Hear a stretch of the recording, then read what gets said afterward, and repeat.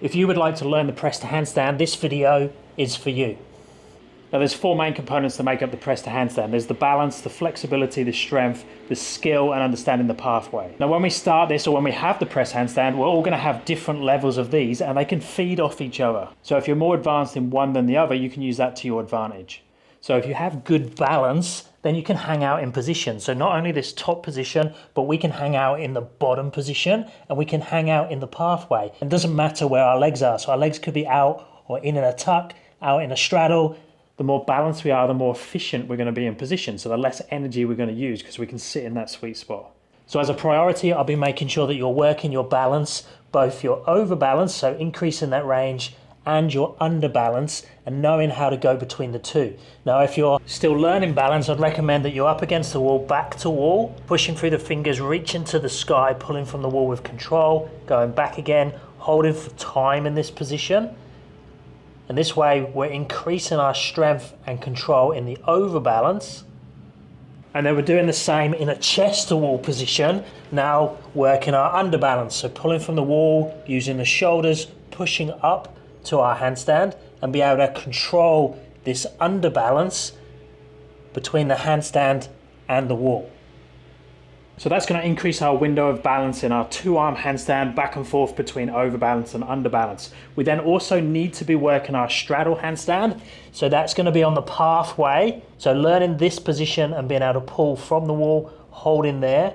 The same in a tuck position, because that's going to strengthen and condition our upper back and shoulders in the handstand, and it's super important as we start to go deeper down towards the floor. And that's something we can just constantly keep improving on. So getting longer hold times in the straight position, opening up, making that balance window bigger and bigger so we can go between the under balance and over balance. Hold times in the straddle and the tuck, and exactly the same. We want to be able to have some control in both of these positions.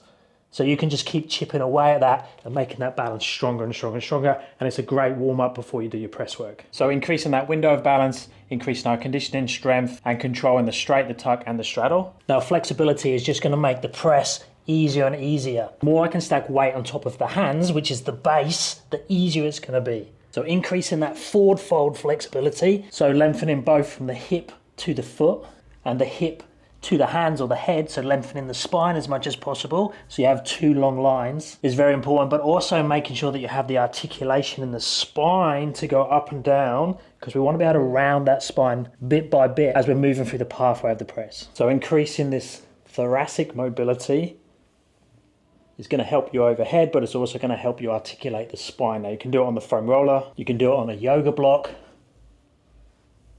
We can use hanging variations from passive hangs, active to passive, arching scalp pulls, and anything that just helps us open up that upper body. Now most people will be starting with the straddle press to handstand, so that's this one, moving through this range of motion. So having good flexibility in our straddle position is again going to make things more efficient and easier from a strength point of view. So the more flexibility we have, the less strength we need. So spending lots of time in this straddle position, both in your training sessions and out of your training sessions, is going to be very, very beneficial for the press.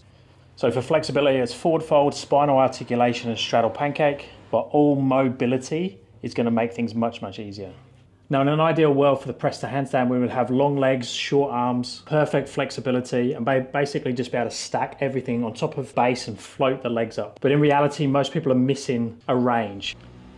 So if you're super flexible, it's often this bottom part, so from this position to there, that you struggle with. And that's often because you don't have the strength when the hip comes off the top of the torso and you can't quite reach to the floor. So we need to fill that gap with strength. Now if we use my pen trick to see how much strength you need to fill the gap, if we put one pen in the crease of the hip, one pen on the base of our hands, so the base of the support, I'm then going to take the top pen forwards until they line up. At that point, my flexibility is enough to lift my feet up.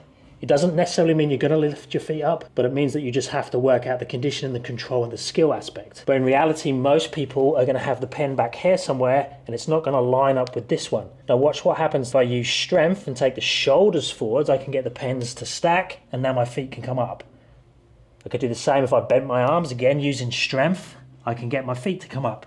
So we can use the strength to fill the gaps on the flexibility we don't currently have, or if we're working to harder variations of the press, like the planche press to handstand, or the stool to press, then we're going to need to purposely target our strength more and more. Now there's two strength movements that I recommend everyone trains if they're working towards the press handstand. So it's working towards a tuck planche position, so building strength in that scapula, that protraction to hold this position.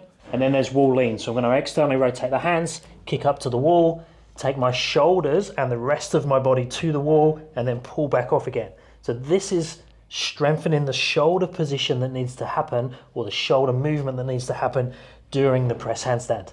The more strength I need to use, the bigger the distance I'm going to need. But if you're new to that one, start very close with the hands and even just get the head to touch to start with, not the shoulders, and work up to the shoulders because that can be quite intense. So for strength, we have the tuck planche or progressions to it, and we have the shoulder leans, so the wall leans. And then we have the skill or the pathway of the movement. So starting from the top of the movement, if we're doing the straddle, it's going to be knowing how to come down, which body parts to move, where to position yourself, so you can go all the way down with control until the tiptoes just touch, and then I hold there for time. So that way I'm training the whole pathway and I'm filling any gaps with the skill. Now obviously if you can do that perfectly, you're either going to have a press handstand already or be very close to it. So how do we make that easier? So we can do the same thing against the wall. So if I externally rotate the hands, I take the shoulders to the wall, I pass through straddle, I push the low back towards the wall, the mid back, the upper back, keep pushing until my tiptoes touch the floor. Now again, when you first try that, you're going to come down really fast. The wall's going to spit you off. So you're going to get to a certain position as you come down, and this is going to happen. So you need to work out how to slowly come down, and that could be frogging the legs down so your legs don't stick out so much. It could be learning to articulate, so roll the spine down more, or it could be using a bit more strength and taking the hands further away. And then the other thing we need to do is fill the pathway on the concentric, so they're going up. So most people are going to have to work a partial range to start with. So that could be done against the wall, or it could be done freestanding. We just change the height of the boxes and the steps depending on where we're at. As long as we're working the slow eccentrics and the partial range, we're not going to have any big gaps in our skill pathway training. I'd recommend you also working on your jump to handstand. So stacking, shoulders on top of hands, focal point nice and strong. Jump and pass through the pathway, eccentric on the way down, same again, and then just aim to slow that down as much as you can until it gets closer and closer to the press.